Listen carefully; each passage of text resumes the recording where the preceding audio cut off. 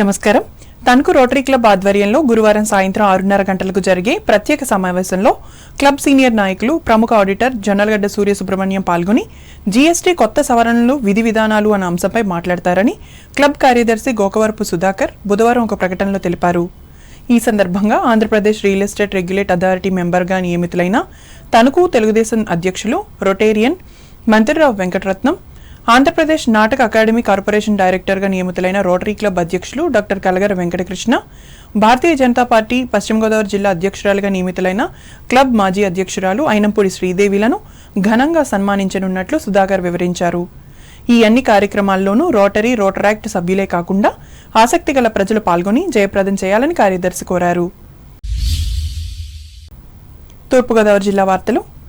ప్రకృతి వ్యవసాయంతో రైతు భవిష్యత్తుకు సుస్థిర మార్గం ఏర్పడుతుందని జిల్లా కలెక్టర్ చేకూరి కీర్తి పేర్కొన్నారు.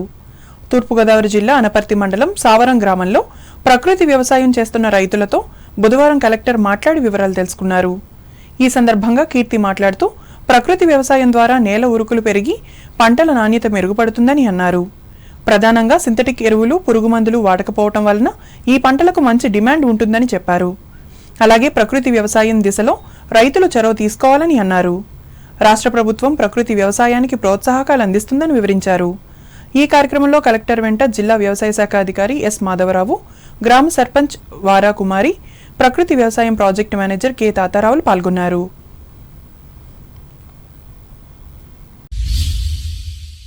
అంబేద్కర్ కోనసీమ జిల్లా వార్తలు. అంబేద్కర్ కోనసీమ జిల్లాలో అరటి నార యూనిట్లు స్థాపించడం ద్వారా రైతులకు అదనపు ఆదాయంతో పాటు గ్రామీణ ప్రాంతాల్లో ఉపాధి అవకాశాలు లభిస్తాయని ఈ జిల్లా కలెక్టర్ ఆర్ మహేష్ కుమార్ తెలిపారు. రాజమహేంద్రవరంలోని అరటి నార ఉత్పత్తుల తయారీ కేంద్రాన్ని ఉద్యాన శాఖ అధికారులతో కలిసి బుధవారం ఆయన పరిశీలించి అనంతరం మాట్లాడారు. కోనసీమ జిల్లాలో 24,000 ఎకరాల్లో అరటి సాగు జరుగుతోందని చెప్పారు.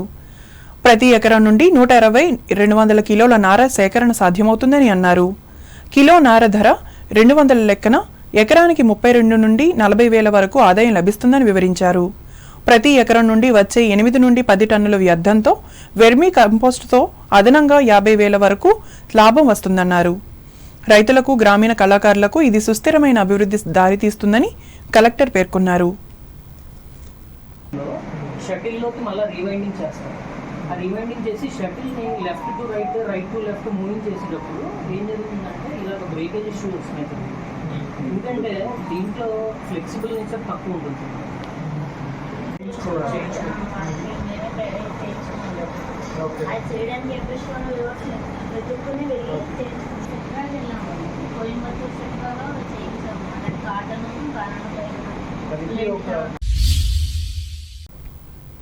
కళాశాలల విద్యార్థులకు ఫీజు రీయింబర్స్మెంట్ను వెంటనే విడుదల చేయాలని కోరుతూ అమలాపురం పట్టణంలోని వెంకటేశ్వర డిగ్రీ కళాశాల విద్యార్థులు బుధవారం నిరసన తెలిపారు. ఈ మేరకు కళాశాల నుండి గడియార స్తంభం కూడలి వరకు ర్యాలీ చేసి నినాదాలిచ్చారు. రాష్ట్ర ప్రైవేట్ డిగ్రీ కళాశాలల అసోసియేషన్ ఇచ్చిన పిలుపు మేరకు తామంతా కళాశాలలకు గైర్హాజరైనట్లు చెప్పారు.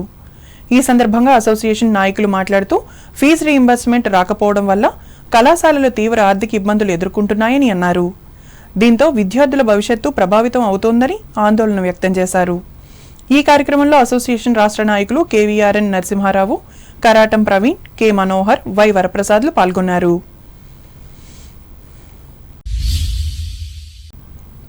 ఏలూరు జిల్లా వార్తలు.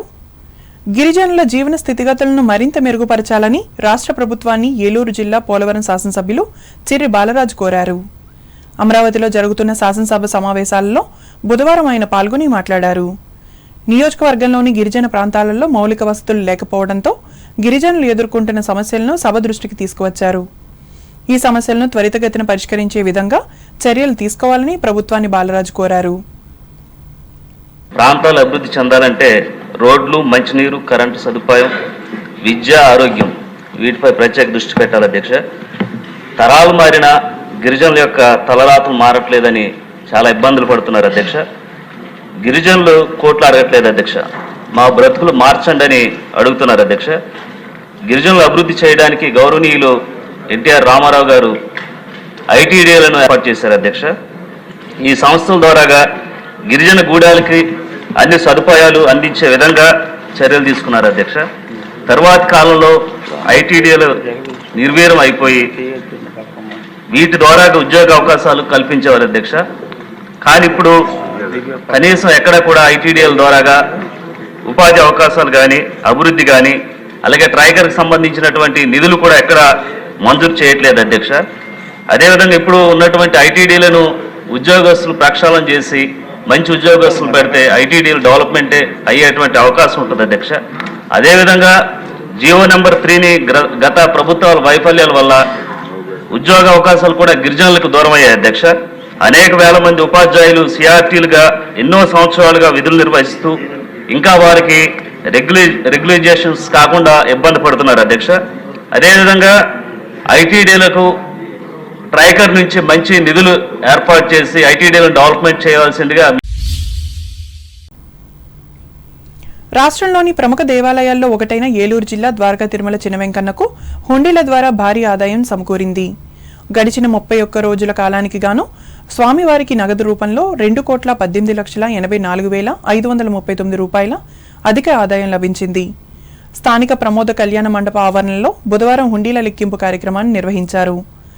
అత్యంత భద్రతా ఏర్పాట్ల నడుమ జరిగిన ఈ లెక్కింపులో దేవాలయ అధికారులు, సిబ్బంది పాల్గొన్నారు.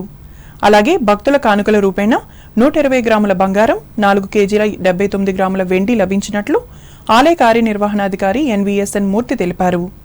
అలాగే విదేశీ కరెన్సీ సైతం అధికంగా లభించినట్లు చెప్పారు.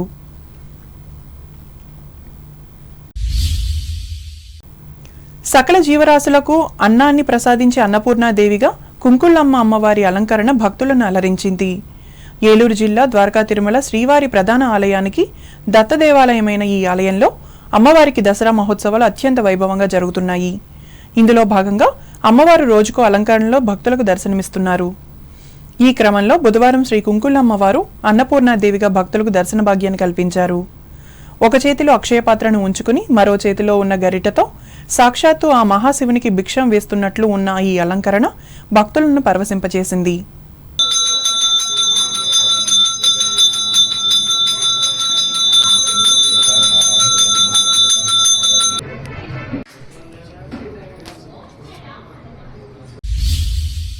వార్తలు ముగించే ముందు ముఖ్యాంశాలు మరోసారి. పాలకొల్లు విచ్చేసిన ముఖ్యమంత్రి నారా చంద్రబాబు నాయుడు దంపతులకు ఘన స్వాగతం పలికిన మంత్రి రామానాయుడు, జిల్లా అధికారులు, ఎమ్మెల్యేలు. ఎయిడెడ్ పాఠశాలలను ఆదుకోవాలని శాసనమండలి సభలో ప్రభుత్వాన్ని కోరిన టీచర్స్ ఎమ్మెల్సీ గోపిమూర్తి. స్థానిక సంస్థల ఎన్నికల్లో పోటీ చేయనున్న కాంగ్రెస్ పార్టీ భీమవరంలో ప్రకటించిన జిల్లా అధ్యక్షులు పాతపాటి. సునకాల బెడదతో సతమతమవుతున్న ప్రజలు శాసనమండలి సభలో ఆందోళన వ్యక్తం చేసిన స్థానిక సంస్థల ఎమ్మెల్సీ రవీంద్రనాథ్ సమస్యను పరిష్కరించాలని విజ్ఞప్తి. తణుకు గ్రామదేవత ముత్యాలమ్మ అమ్మవారిని దర్శించి పూజలు చేసిన డాక్టర్ ముల్లపూడి హరిబాబు, డాక్టర్ ముల్లపూడి రేణుకలు సమర్పించిన పసుపు కుంకుమలు, నూతన వస్త్రాలు. తణుకు ఎస్కేఎస్టీ డిగ్రీ కళాశాలలో ఘనంగా నిర్వహించిన ఎన్ఎస్ఎస్ దినోత్సవ వేడుకలు అందిస్తున్న సేవలను వివరించిన ప్రిన్సిపల్ లక్ష్మీ సుందరిబాయి.